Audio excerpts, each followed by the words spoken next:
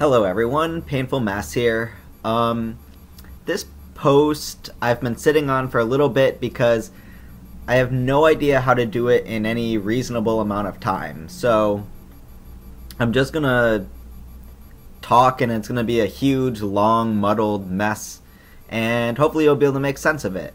But you know, like a month ago I had this sort of revelation of what religion is and why people believe it and why intelligent people believe it. So I'm just gonna spout out what I realized. First off, the brain is magnificent. It can trick you into believing the most absurd of things. So take for instance Cotard syndrome. This is where people have experiences of self-negation. For instance, there was a woman with a viral infection that inflamed part of her brain, and she believed that she was dead. When she was asked to take her pulse, she did so, and she claimed that it was evidence that dead people have pulses. When she recovered, she completely understood what had happened. She knew that she was not dead anymore, or, I mean, she wasn't ever dead, but she knew she wasn't dead, and she knew that she had formed this absurd belief that dead people had pulses, and she knew that this was because of her illness. Yet, the belief still persisted. Despite all of this, despite recognizing the absurdness, her brain was so good at defending this feeling of knowing something that no amount of understanding, logic, or evidence could persuade her otherwise. And this is not an isolated incident. The list of well-researched findings of this type goes on almost indefinitely. We'll take a quick look at two other instances just in case you're not convinced. It's going to make this video longer than it needs to be, but I really want you to understand that it is possible for your brain to convince you of something that's not true and make you feel like it is, despite all sorts of contrary evidence. Alright, so the next one is the Challenger study. In the Challenger study, over 100 people had to write down exactly where they were when the Challenger space shuttle exploded. And they had to write this down, I think, the next day, if I remember correctly. 2.5 years later, the people came back and wrote down where they thought they were. Invariably, memory is unreliable, and many were way off. That's not the surprising part. But instead of looking at the hard evidence and admitting there was a mistake in their memory, people felt that their memory was correct, and feeling that you are correct is basically impossible to counteract, even with hard facts. So many people didn't understand why they would have lied when they originally wrote down where they were. But this was the only possibility that their brain would allow them to come up with, that they were lying when they originally wrote, not that their memory was wrong. Their brains refused to let go of their belief. So essentially this is just a form of cognitive dissonance resolving itself. If you've heard about cognitive dissonance. Anyway, just to emphasize that the brain really can make you feel something, remember, feeling that you're being right, feeling something is the key. It's not actually being right and backed up by evidence, it's the feeling of being correct, which is what we're thinking about. Let's just take, for instance, phantom pains. Sometimes if someone has a limb amputated, the person's brain still fires neurons that give pain in that region. So the amputee will feel pain in a limb that isn't attached to their body anymore. Obviously, no amount of logic or reasoning is going to get the person to say, well, I guess I don't feel that pain there because I can see the limb is gone.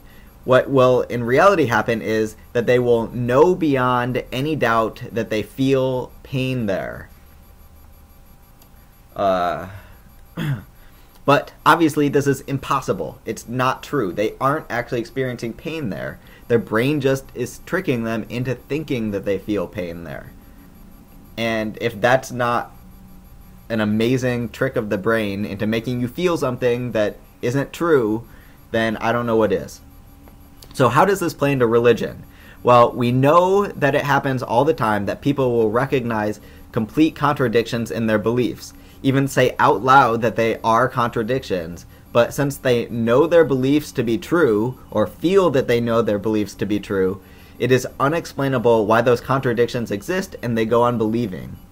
What I think is happening is exactly what we just looked at. Knowing that your belief is true is just poor language for saying that you have the feeling of certainty. You know because you feel certain about your belief. But above, we just saw that it is possible for a person to feel certain about something, but be completely wrong about it. When they are shown that they are completely wrong, they take it in stride and continue to believe. This is just because the brain is so good at deception that it can make someone hold on to this certainty in the face of the most compelling arguments. Heck, the first woman even knew she formed the belief because she was under a delusion, yet she still could not shake the belief itself. So what this tells me is that I really should feel bad about my previous behavior and why I didn't post this video sooner or make this video sooner. I've always thought that people were being intellectually dishonest if they were smart enough to understand the arguments made against religion, but then still continue to believe them. Or my other thought was just that most religious people were religious merely because they weren't smart enough to understand why they were believing absurd things. Clearly neither of these is true. It isn't their fault. Their brain is just deceiving them, and there's nothing they can do about it. So I feel bad, but it's not their fault. Here's the last straw. We know that once the mind has an absurd religious belief, for the most part, demonstration of its absurdity won't change the believer's mind. But to make this theory complete, we need to describe how the belief got there in the first place. Here's where the magnificence of the brain is most stunning. The brain can actually change the order of perceived events. For instance, if I perceive event A, then I perceive event B happening, it is very possible that these events were close enough together that my brain will rearrange the events and I perceive B happening and then A happening.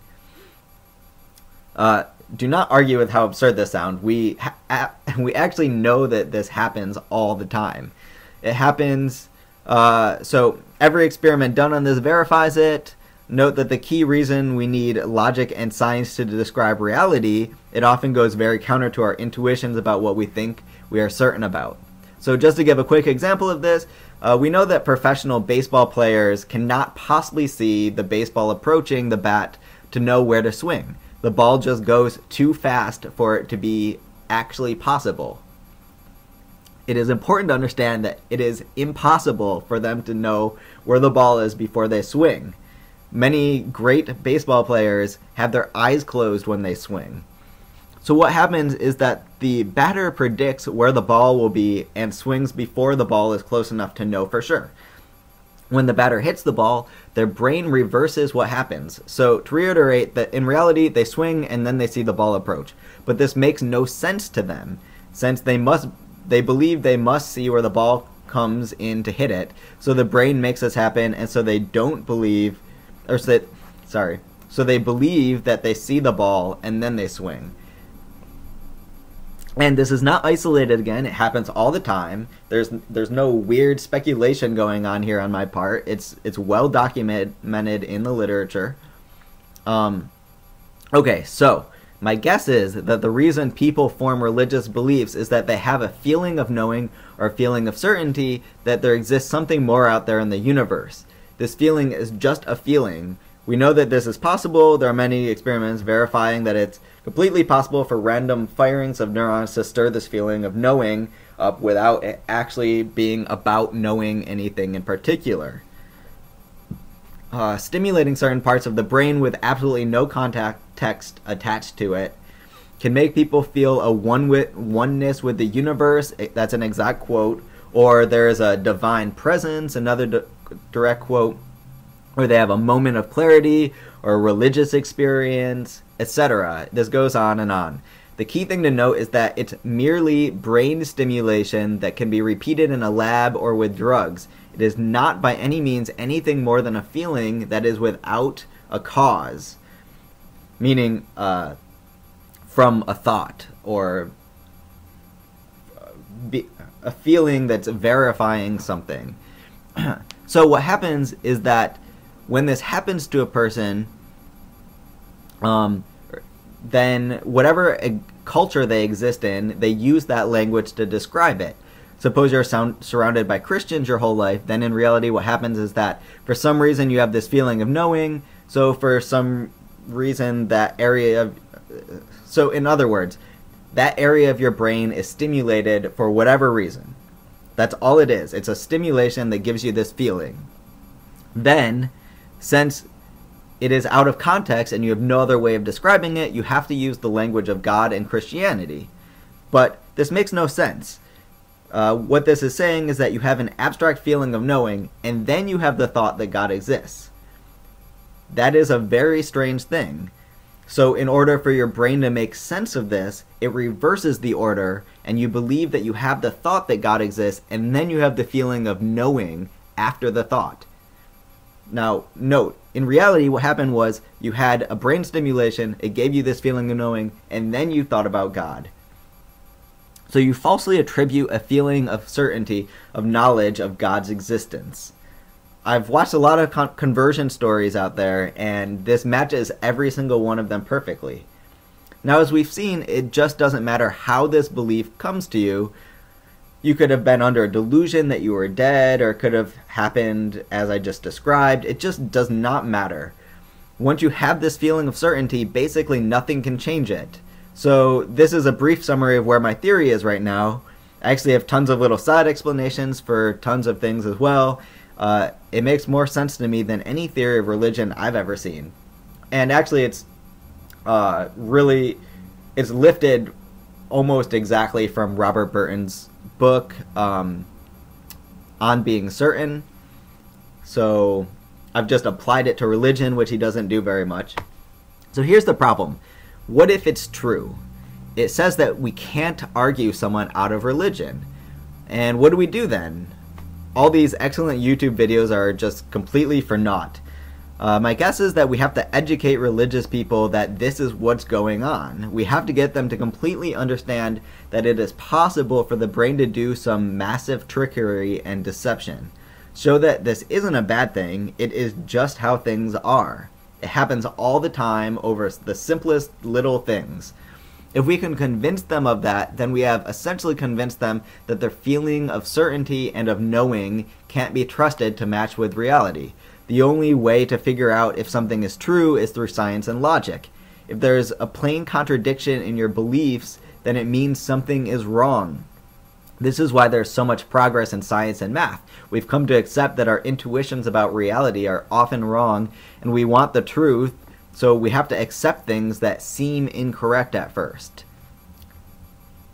So what I'm saying is, if you believe in God, it probably seems and feels completely incorrect to say that God does not exist. But that's just a feeling, and oftentimes we have to go against those feelings that we have about correctness in order to come to something that's actually true about the world.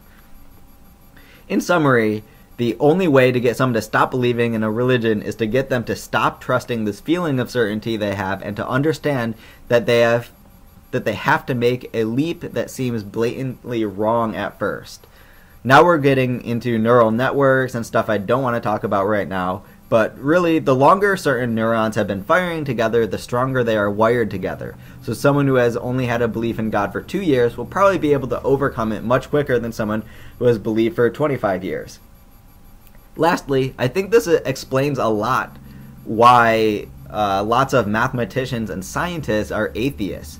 Because of logical and evidential reasons, despite the fact that we just talked about it being impossible to argue someone out of it. Basically, they've already come to accept that if we want to describe reality accurately, then no matter how strongly our intuitions and feelings tell us something, we have to always go back to the logic and the evidence. Our feelings are just wrong too often. Thank you. I have no idea how long this was. I guess I'll find out soon.